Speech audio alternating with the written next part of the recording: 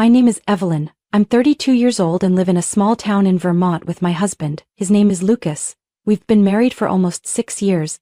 And if there's one thing I can never forget about each of those years, it's the holidays that never truly belonged to us. From the moment we got married, I could clearly feel that Lucas's family, especially my mother-in-law Margaret, never saw me as a real member but merely as someone temporarily invited into their holiday system. Margaret is the kind of person who always speaks gently and politely in front of others, but within the family she's incredibly rigid and controlling. To her, holidays aren't voluntary gatherings, they're mandatory rituals that must be carried out exactly according to her script. Not once, and I emphasize not once, did she ever call to ask what we wanted to do for Thanksgiving or Christmas. Every time, I could already predict a call from Margaret, usually in early November, with a calm tone that carried her usual controlling undertone. "Lucas, you and Evelyn will come to my house at 3 in the afternoon. This year I'll make honey-roasted chicken. Evelyn can bring those butter cookies from the supermarket. Make sure it's the same kind as last time. The others don't taste good." That sentence was basically a command. She didn't care if we had other plans. If I ever suggested something different, like hosting at our place or visiting my parents in Ohio for Christmas, Margaret would smile sweetly and say in a voice that chilled me to the bone, "Oh, Evelyn, holidays are for being with family, and you two are my family. You'll celebrate with us, or not celebrate at all." I used to think Lucas would stand up for me, or at the very least stand with me on such simple matters. But every time I brought it up, Lucas would just sigh, shrug and say, "Just go along with Mom, it's not a big deal, you know how she is. Pushing back only makes it worse." I've lost count of how many times I felt completely alone in my own marriage. Whether it was Easter or the 4th of July, I always had to rearrange my entire schedule, drive 3 hours to Margaret's house, eat food I would never choose myself, and listen to her retell the same family traditions as if I wasn't part of them. Each time I stayed silent, another layer of disappointment built up inside me. I remember one year my mother, who had been quietly living alone since my father passed away, called to ask if I could visit her for Christmas. I cried when I had to say no because Margaret had finalized the menu back in October. I stopped sharing these feelings with Lucas because every time I did, he only tried to soothe me with tiredness, not understanding. "You're being too sensitive," he'd say, as if wanting to have a say in how I spent the holidays was selfish. I used to tell myself maybe this was just the price of keeping peace in the family, but with each passing year I felt more like a background character in a play Margaret directed, a role without lines, without choices, showing up only when summoned. I don't know what made me put up with it for so long. Maybe it was love for Lucas, maybe it was a fragile hope that he'd change. But this past holiday season made me realize something important. No one gets to control my happiness. Not even someone who claims to be family. This year was the 4th Thanksgiving since I married Lucas, and just like the previous 3, the call from Margaret came right on time, as if she had a special internal clock designed to manage everyone else's life. I was wrapping up a Zoom meeting when my phone rang. Seeing her name on the screen, I took a deep breath before answering. "Evelyn, it's me." Her voice was bright, completely ignoring how tired I sounded. "This year I've decided to do rosemary roasted chicken instead of turkey. It's tastier, lighter, you can bring garlic bread, the packaged kind from Golden Bake. Oh, and slice it ahead of time. I don't want to deal with knives at the table." I frowned. This time she wasn't just telling me to bring something simple. She specifically chose a store-bought item, the kind I'd serve to unexpected guests. As if I wasn't important enough to cook something real. I hesitated, then gathered all my courage to speak. "Margaret, actually, this year Lucas and I were thinking of hosting Thanksgiving at home. We wanted to do something a bit more private." There was silence on the other end for 2 full breaths. Then her voice came back, smooth as velvet but cold as an early November wind. "Evelyn, don't be silly. Family is family. You'll celebrate with us, or not celebrate at all. I trust you understand that by now." I froze. That sentence had been like a tightening chain around my neck for 4 years. And now, it wasn't just a reminder. It was a warning. That evening, I told Lucas what had happened while he was cleaning up the kitchen. I wasn't expecting a rebellion, just a little empathy. Just a little would have been enough. He wiped his hands on a dish towel, sighed, and repeated the same old mantra. "Just let it go, hun, it's only one meal." I stared at him unblinking. Just one meal? One meal where I had no say in the location, no choice in the food, no control over who I sat next to, one meal where my mother-in-law saw me more as a delivery person than a daughter-in-law? That night I couldn't sleep. I lay in the dark, eyes wide open, with memories of stolen holidays flashing through my mind like a looped film, and in that silent moment, I remembered something. 2 years ago, Lucas installed security cameras around the house after a nearby break-in. I'd thought it was unnecessary at the time, but he said it was just in case someone showed up without us knowing. And suddenly I remembered. Last Christmas, when Margaret used the excuse of dropping off extra gifts and showed up unannounced in the morning while we were still asleep, I'd seen her walk straight into my home office with her purse in hand. No one said anything, but it had always felt off. I jumped out of bed, tiptoed downstairs, and opened my laptop to access the old camera system. Sure enough, the footage from last year was still there, and just like I remembered, Margaret had gone into my office. But what I saw made my hand tighten around the mouse. She opened a drawer, rifled through my folders, and stopped in front of an envelope that held my personal documents. My work contract, a passport copy, bank details. She looked through them one by one, eyes full of scrutiny. I swallowed hard. She didn't come to drop off gifts, she came to snoop. I don't know what made me keep checking more footage, but I did, and the more I watched, the more puzzle pieces came together. The time she pretended to tidy the kitchen but was actually eavesdropping on one of my work calls. Another time, she suggested I turn down a new project because Lucas needs a wife who can take care of him, not a busy businesswoman. I sat there, frozen in front of the screen, heart pounding. This wasn't about food or holiday venues anymore. This was about control, subtle, ongoing, and relentless. I grabbed my phone and texted Lucas just one line. "Tomorrow, I want to invite your mom over for dinner. But before that, there's something I want to show you." Lucas didn't reply right away. 10 minutes later he came downstairs, hair still messy, voice groggy from a late nap. "You want to invite Mom for dinner? Tomorrow night?" I nodded. "And your dad?" "Richard. I think it's time." Lucas frowned, eyes wary. "What's going on, Evelyn?" I didn't answer.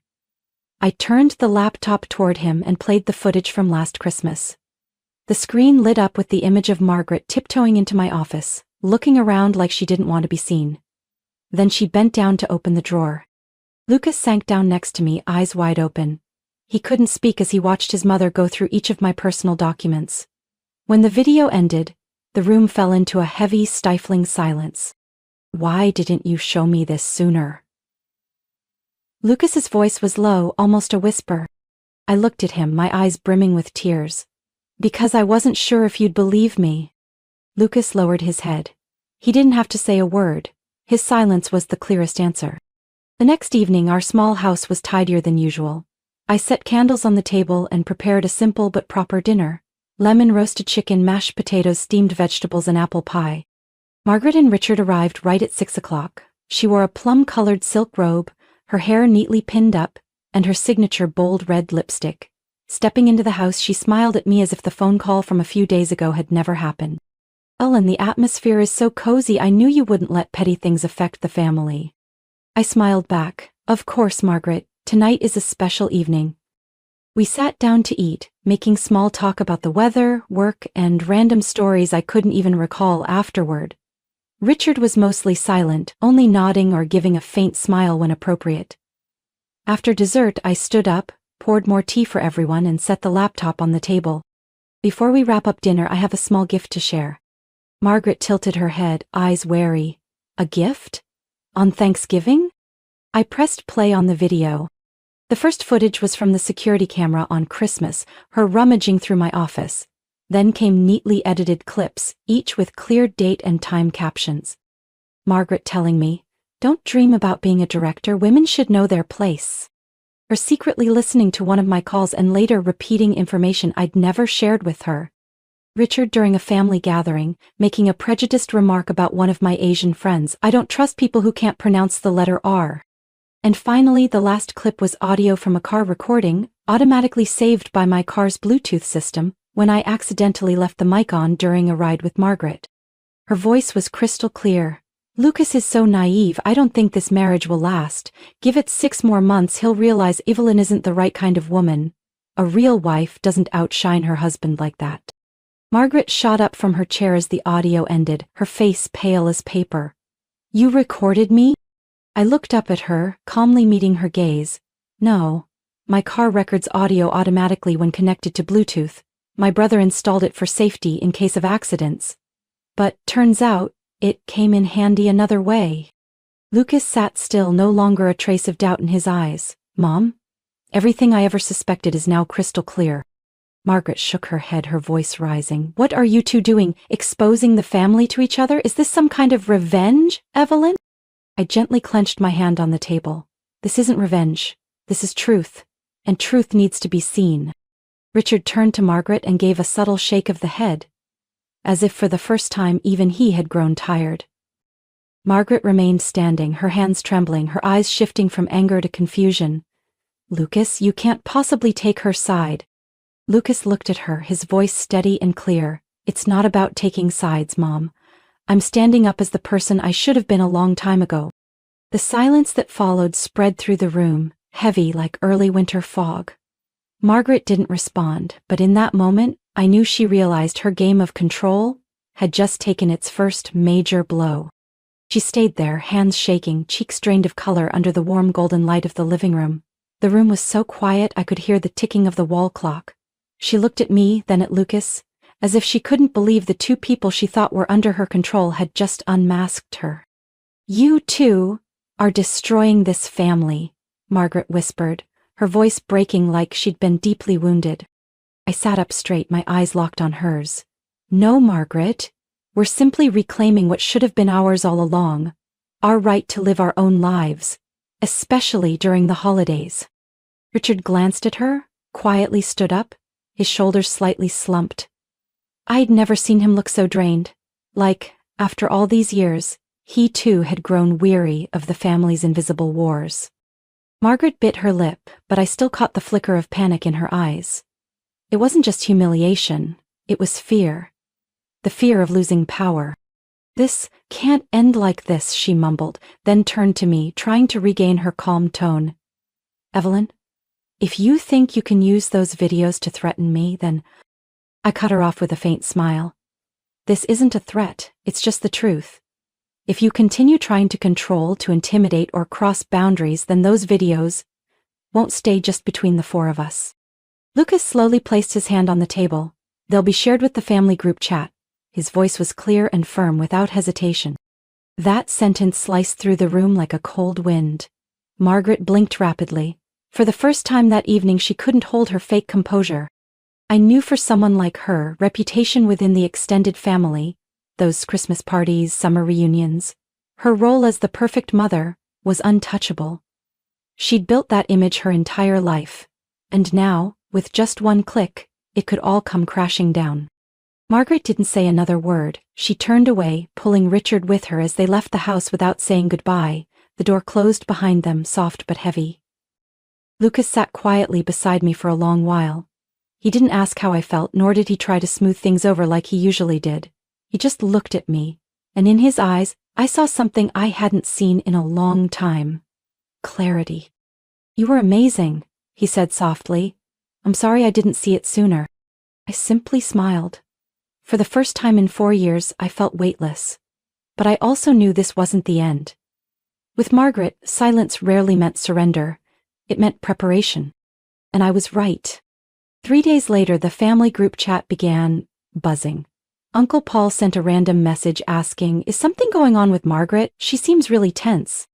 Then Aunt Laura chimed in. "I just got off the phone with her. It sounded like something big is happening, but she won't say what."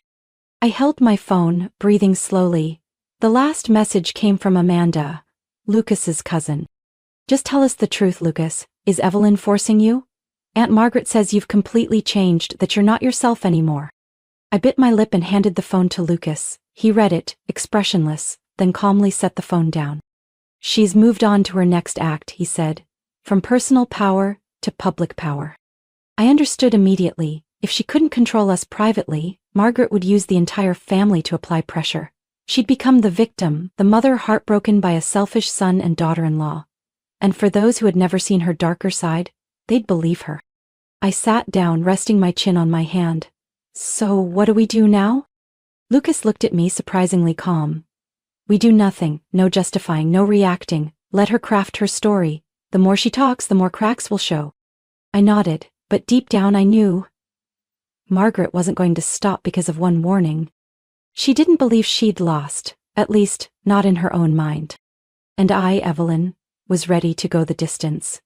Not because I wanted a war, but because some things, once reclaimed, can never be surrendered again. I knew Margaret wouldn't stay quiet for long. She was never one to accept defeat, especially not to a daughter-in-law she'd always considered an inconvenient outsider. But no matter how prepared I thought I was, I didn't expect her to strike back, so publicly.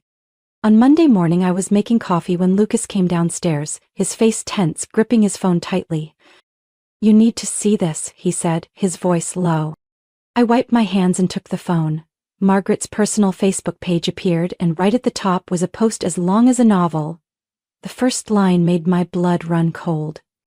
"I don't know where to begin, but my heart is breaking." She wrote about a mother's pain, how she'd tried to keep the family together all these years, how she had welcomed me as her own, but then, one day, Evelyn came into my son's life and everything changed. She claimed Lucas had been pulled away from the family, manipulated, made to believe his own mother was a threat. She never mentioned my name, but anyone reading knew exactly who she was talking about. And the closing lines. "I only want my son to be happy, but now he looks at me like I'm a stranger. I don't blame anyone, I'm just heartbroken, and I pray that one day he'll wake up before it's too late." Beneath the post were hundreds of likes, heart reactions, and comments. "You don't deserve this, Margaret. Family should come first. Some people really don't appreciate what they have. Don't worry, your son will see who truly loves him." Worst of all were the comments from Lucas's own relatives. Aunt Helen wrote, "Lucas used to be such a loving young man, now he seems like someone else. I'm heartbroken, Margaret." Uncle Mark added, "He let a woman split the family apart, unbelievable." I held the phone, my fingers clenched so tightly they turned white. Lucas looked at me, his face steady like a rock in the middle of a storm. "Do you want me to write something?" he asked. I shook my head. "No, if we respond she'll just use that as fuel. Let her run with it." But deep down I knew this silence wasn't easy. That day Lucas's phone wouldn't stop ringing. Relatives called, texted, asked questions nonstop. Some were genuinely concerned, but others were clearly just looking to stir the pot. A few stayed neutral, but most stood firmly with Margaret. I saw the exhaustion in Lucas. It wasn't from the words themselves, but from the disappointment. The people he once trusted, the ones who used to pat him on the back at family gatherings, now so quick to turn their backs after one emotional post. That night we sat in silence. Lucas held his phone, reading the accusations over and over, his eyes growing darker with each line. Finally, he said something I didn't expect. "Maybe you were right. Maybe Mom never really loved who I am. She only loved the version of me she created." I placed my hand on his. "And now that you've stepped outside that mold, she'll do whatever it takes to regain control." Lucas nodded, eyes staring off. "But this time, she's not going to win." The next morning, Lucas posted a short message on Facebook. No long explanations, no attacks, no complaints. "I know there are a lot of things being said right now. I don't blame anyone. But I also won't let anyone define my life anymore. If you want the truth, come talk to me. If not, please don't judge based on one side. I'm okay, and I'm happy." The post caused a brief pause in the storm, but then things flared up again, this time in a different way. Some people started to ask questions. A few relatives, like Lucas' cousin Ben, sent private messages. "You got video? I've heard rumors, but if it's real, this is bigger than I thought." Lucas didn't respond. We decided to wait. But I knew the moment someone started wondering what they haven't seen, the perfect image Margaret had built was starting to crack. I didn't feel triumphant. I just felt relieved. Still, I knew one thing for sure. Margaret wasn't stopping here. For her, public embarrassment on social media wasn't as devastating as losing control over her son. That night, as we sat in the living room with nothing but the sound of wind at the window and the warm light on the wall, Lucas held his phone for a long time without dialing. His thumb hovered over the name Mom. Then he exhaled, like bracing himself for a conversation with no exit. Are you sure I should call her now? He asked, still looking down. I nodded slowly. The longer we wait, the more she'll think she's right. Lucas pressed his lips together, then hit the call button. The phone barely rang 3 seconds before Margaret answered. Lucas, she exclaimed, voice full of joy and anticipation. I knew you'd call, I just knew it. Lucas cut her off, voice steady but cold. Mom, I'm calling about the Facebook post. Silence for one breath. Then a long sigh, weighted with manufactured sorrow. I don't even know what to say. I'm just heartbroken, sweetheart. You've pulled away from me like I'm a total stranger. Lucas didn't budge. You're twisting things, and you're misleading people, you know that. On the other end, Margaret began to sniffle. How could I not be heartbroken seeing my own son turn into someone I don't recognize? How could I not be heartbroken watching a woman drive a wedge between you and your own family? That's enough, Mom, Lucas said firmly. I don't want to hear any more blame. Take the post down right now. There was a pause, then her voice shifted. No more trembling, no more sadness. Just a tone that was cold, precise, and dangerously sharp.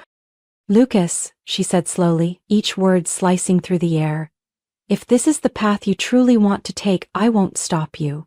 But don't expect to turn back once it's too late. Lucas gripped the phone tighter. I'm not choosing a path. I'm protecting my family. Evelyn and I deserve freedom. Margaret laughed, short and dry. Freedom or manipulation? You're not my son anymore. You're just a shadow Evelyn created.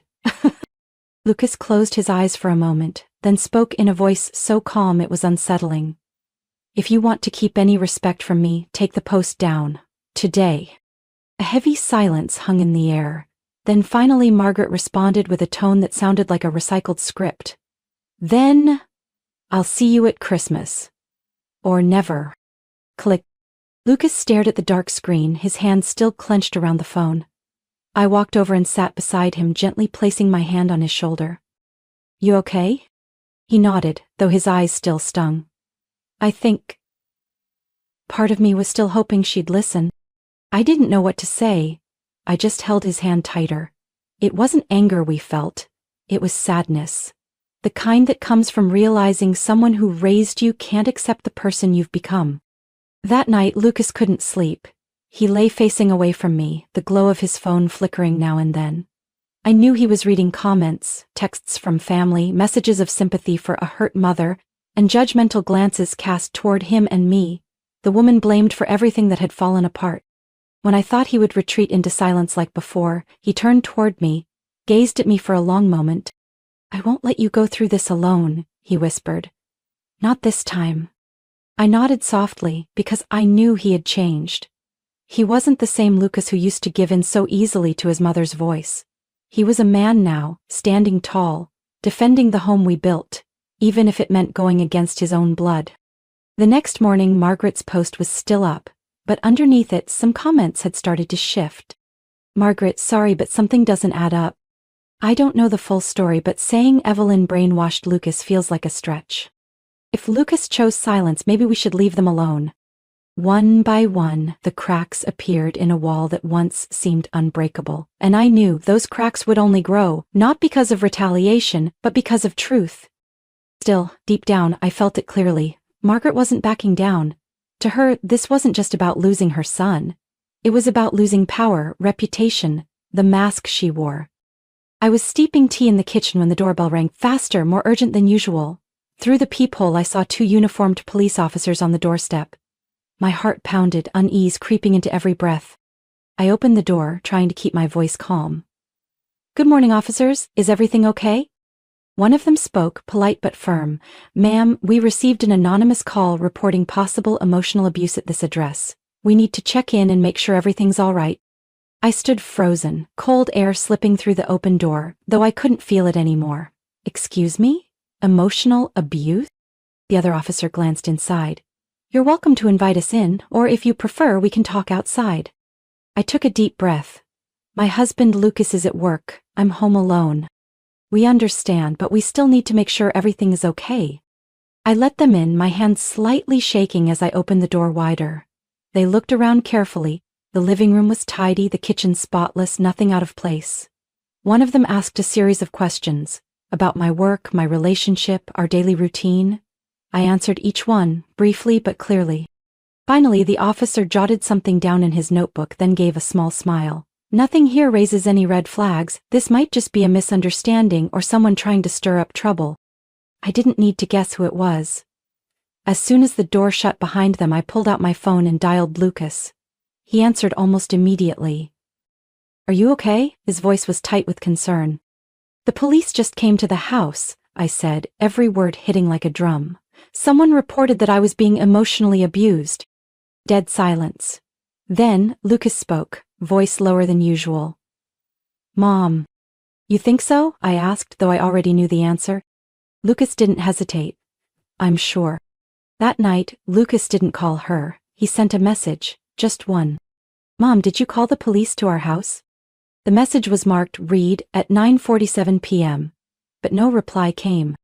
He waited an hour, then another. Finally, he called. Margaret answered in her usual tone, tired, wounded, full of unspoken meanings. "Lucas, I was just about to call you." "So you called the police to our house?" Lucas cut in, no greeting. Silence. Then a long sigh, as if she were deeply hurt by being misunderstood. "Oh, Lucas, how could you think I'd do such a thing? I just told a friend that I was worried. Maybe she misunderstood. I didn't call anyone." Lucas closed his eyes. "You think sending the police to my house is going to wake me up?" Margaret let out a weak laugh. "Don't blow things out of proportion, sweetheart. Lucas cut her off. "You're cut off from now on." On the other end, the facade dropped. Margaret's voice turned ice cold. "Lucas, you're doing this because of her, aren't you?" "No, because of you," he replied simply. Then he hung up. No goodbye, no promise. Not a second of hesitation. Lucas blocked Margaret's number, blocked her on Facebook, blocked Richard's number too, along with his cousins. The ones who had been sending him vague texts like, "Your mom is so heartbroken," and "Think this through before it's too late." After everything, Lucas posted a single status on social media. "No one has the right to use love as a weapon. Real family doesn't control, they love. And I've chosen love." I didn't say anything, just watched him from the couch as he typed. That's when I realized the man sitting in front of me was no longer the Lucas from a few months ago. The one who always gave in? Always avoided conflict out of fear of upsetting his mother? This was someone else. Someone who had chosen to grow up, to stand up to what's wrong, even when it came from the person who gave him life.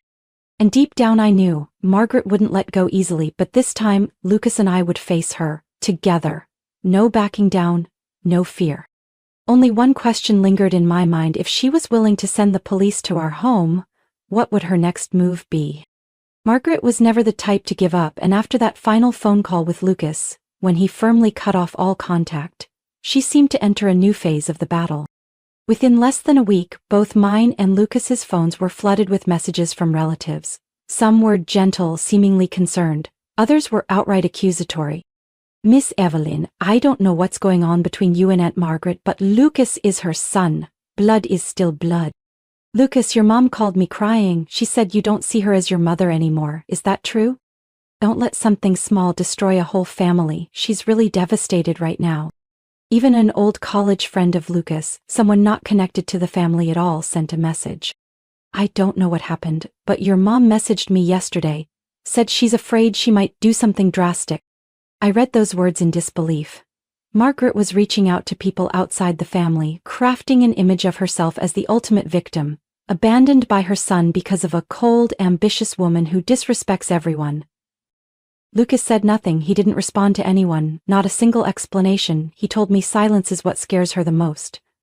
But Margaret didn't stop. When messages, calls, and pressure from family failed to sway Lucas, she moved on to more dramatic and public actions. On Friday morning, while Lucas was in a meeting at work, I got a message from his coworker, Mark, the head of the tech department. "Evelyn, something strange. A woman came in crying at the front desk, says she's Lucas's mother, refuses to leave until she sees him." I froze, my heart skipping. It's her, I whispered, even though no one was around to hear. Mark texted again, she's causing a scene. We've called security but Lucas doesn't know yet. I called Lucas. He picked up after 3 rings, his voice calm but tight. Hey? Lucas, your mom came to your office, I said quickly. She's crying and making a scene at the front desk. Silence. Then a soft sigh, like he'd been expecting this moment all along.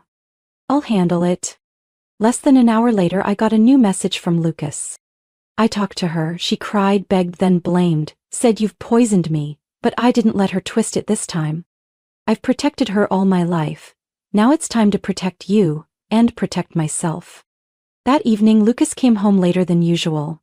He walked in, took off his coat, said nothing, but in his eyes, there was no anger, no sadness, just calm, like after years of bracing, he had finally let go.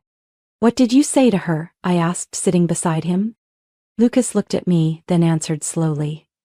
I told her this was the last time, that if she ever comes to me again, contacts my friends, my coworkers, or anyone around me to apply pressure, I'll make everything public, all of it. I nodded, gently squeezing his hand. How did she react? Tears at first, then accusations, finally silence, but not the kind that accepts defeat, the kind that plans the next move. Lucas stood up, looking me straight in the eyes. I know she won't stop, but we have to. We have to end this game, not let it drag on another minute. I looked at him, my heart tight, not with fear, but with emotion. The man standing before me wasn't just my husband. He was someone who had chosen to step out of the shadow of a toxic relationship and to choose what was right, even if it meant turning away from the person who raised him. Lucas opened his phone, went to his contacts. He deleted every number connected to Margaret, unfriended, blocked. Then he turned to me and said softly, "This is the first time in my life I've chosen to end something, and for the first time I feel free." I smiled and wrapped my arms around him. Outside, the sky darkened, hinting at a coming storm.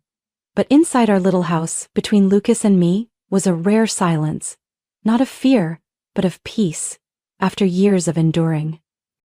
Even though I knew, with Margaret, this wasn't the end. But for us, it was the start of a new chapter, where our voices would no longer be drowned out, and the holidays would belong to us, not her. Lucas decided to host a family meeting on a Saturday afternoon, right in the house that, for years, we'd only been allowed to call ours in name. For the first time, I saw him take the initiative to invite everyone involved. Not to explain, not to make peace, but to make things clear. Once and for all. He sent a message to each person, Saturday, 3 p.m., at my home, it's about the family, important. No rambling, no justifications, but enough to spark curiosity and get those who had sided with Margaret to show up. And as Lucas predicted, they came.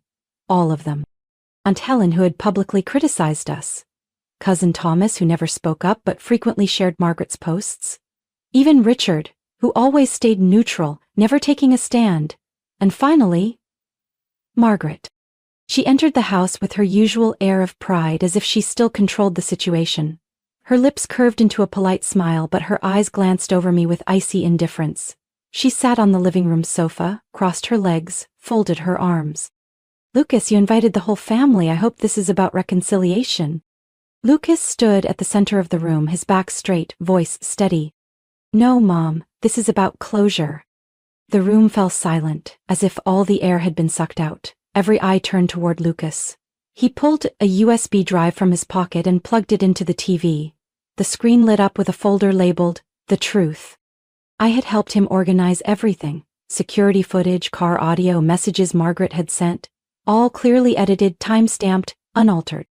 The video opened with Margaret walking into my office, rifling through my things. Then cut to her sitting in the car, coldly saying, "Lucas will realize soon enough that Evelyn isn't the kind of woman he needs. A real wife would never try to outshine her husband."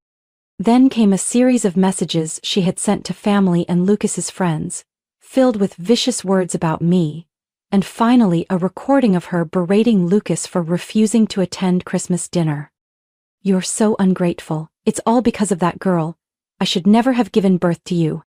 When the recording stopped, no one in the room spoke. Even Aunt Helen, Margaret's staunchest defender, lowered her eyes. Lucas took a deep breath and turned to face his mother.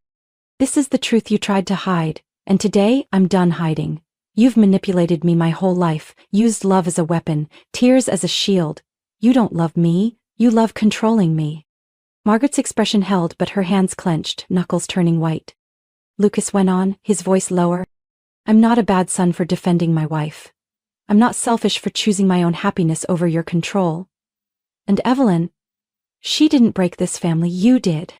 Margaret shot to her feet, voice shrill. "Enough. Is this how you treat your mother? In front of everyone?" Lucas didn't flinch. He simply said, "You're not the victim here." Silence swept the room again, then Lucas turned to the others. "I don't need anyone to agree with me. I just want everyone to know the truth, and from now on if you choose to believe lies, I won't explain myself." Lucas turned back to Margaret, his voice calm but resolute. "Evelyn and I will live our lives. No more control, no more manipulation, no more you. So Margaret, please leave our home." She stood frozen, her lips trembling. For the first time I saw her without her usual composure.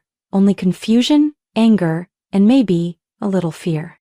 "You'll regret this," she whispered. Lucas didn't answer. He simply turned, walked to the door, and opened it. "Have a nice day, Mom," he said, gently but firmly. Margaret walked out, Richard quietly following behind. No goodbyes. No one saw them out. The door closed behind them like a final period at the end of a sentence. I looked at Lucas, my heart still pounding in my chest. He turned to me, tension still in his eyes, but his voice had softened. "We did it." I nodded, no words needed, because in that moment I knew. The years-long battle had finally come to an end. After that family meeting, neither of us said it out loud, but we both understood that a new chapter had truly begun. The next morning, Lucas's inbox was flooded with messages. A few relatives apologized for jumping to conclusions. Some remained silent, as if waiting to see which way the wind would blow. And then a familiar name appeared again, Margaret. She sent an email titled simply, "Just a Heartbroken Mother." I didn't read it, but Lucas did. Inside, she poured out heavy words of blame and regret. "I never expected you to expose me like that in front of the whole family. You've taken everything from me, Lucas, love, respect, and the image I had in their eyes. Can you sleep at night knowing that?" She claimed all she ever wanted was reconciliation, that I had blinded him, and that one day, when Evelyn leaves, you'll realize who truly loved you. At the end of the email was one line that made Lucas frown. "I'll always wait for you to come back, whether it's Christmas or any holiday. The door to this house is always open, but if you choose to close it forever, I can only pray you don't regret it." Lucas simply scrolled down quietly, without replying. Then he muted notifications from her inbox. Not out of anger, but because he had decided not to live under guilt imposed by someone else anymore. Since then, a new email came every week. Sometimes she wrote about Richard's health, other times about how lonely she felt, and occasionally, just one line. "Lucas, I miss you." But Lucas never responded, not once. Then, the holiday season crept closer. The first Thanksgiving, we didn't get a commanding phone call telling us what dish to bring or what time to arrive. A strange feeling filled the quiet corners of the house. But strange in a surprisingly peaceful way. We didn't do anything extravagant, not to celebrate our freedom, but simply because, for once, we could breathe. We roasted chicken instead of turkey, made salad using a recipe I'd learned from my mother, and drank hot cocoa on the porch while soft music played in the background. No one knocked on the door, no phones rang in the middle of dinner, no judgmental glances at the food, no passive-aggressive sighs. Just Lucas and me, and a quiet space we once thought we'd never have. That night, Lucas looked at me, something soft in his eyes. "I used to think holidays were an obligation," he said. "Doing what's right, going where you're told, seeing who you're expected to see. But turns out, the real meaning of a holiday is being able to choose how to enjoy it without asking permission." I held his hand and smiled. For the first time in my life, I'm not anxious thinking about December. Lucas nodded. "And I promise, from now on, every year we'll create our own traditions, not for anyone else, just for us." In the days that followed, as snow began to fall heavier, we decorated a small tree in the corner of our living room. No flashy ornaments, nothing fancy, just handmade pieces I crafted myself. Lucas hung a wooden star on the highest branch, and on the back I had carved a small phrase, "A place where no one controls us is home." We received a few cards from friends, a few holiday wishes from relatives, but no texts, no calls from Margaret. Maybe she was tired, maybe she was planning something new, but to us that silence was a gift, the gift of peace. In the end, peace isn't a victory marked by fireworks and applause. It's sitting next to the one you love in a home that's truly yours without measuring every word, every glance. It's having dinner without checking your phone. It's not being forced to choose between family and self-respect. And that's what Margaret never understood. Power will never be stronger than peace. That year, as we sat on the couch under a blanket, watching an old movie we both knew by heart, I realized something. No one has to lose. No one has to be hurt. But sometimes, the wisest move is walking away from a battle you never should have been in to begin with. I rested my head on Lucas's shoulder. He squeezed my hand. We didn't need to win with words. Because the greatest victory is a life no one else gets to control. From my own story, I realized not everyone who wears the label family truly loves and respects you.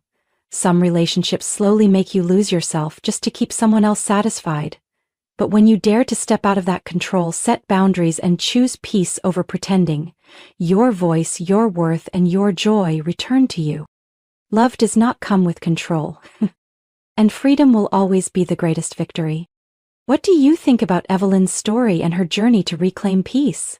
Share your thoughts in the comments below, and don't forget to follow the channel for more emotional and meaningful family stories to come.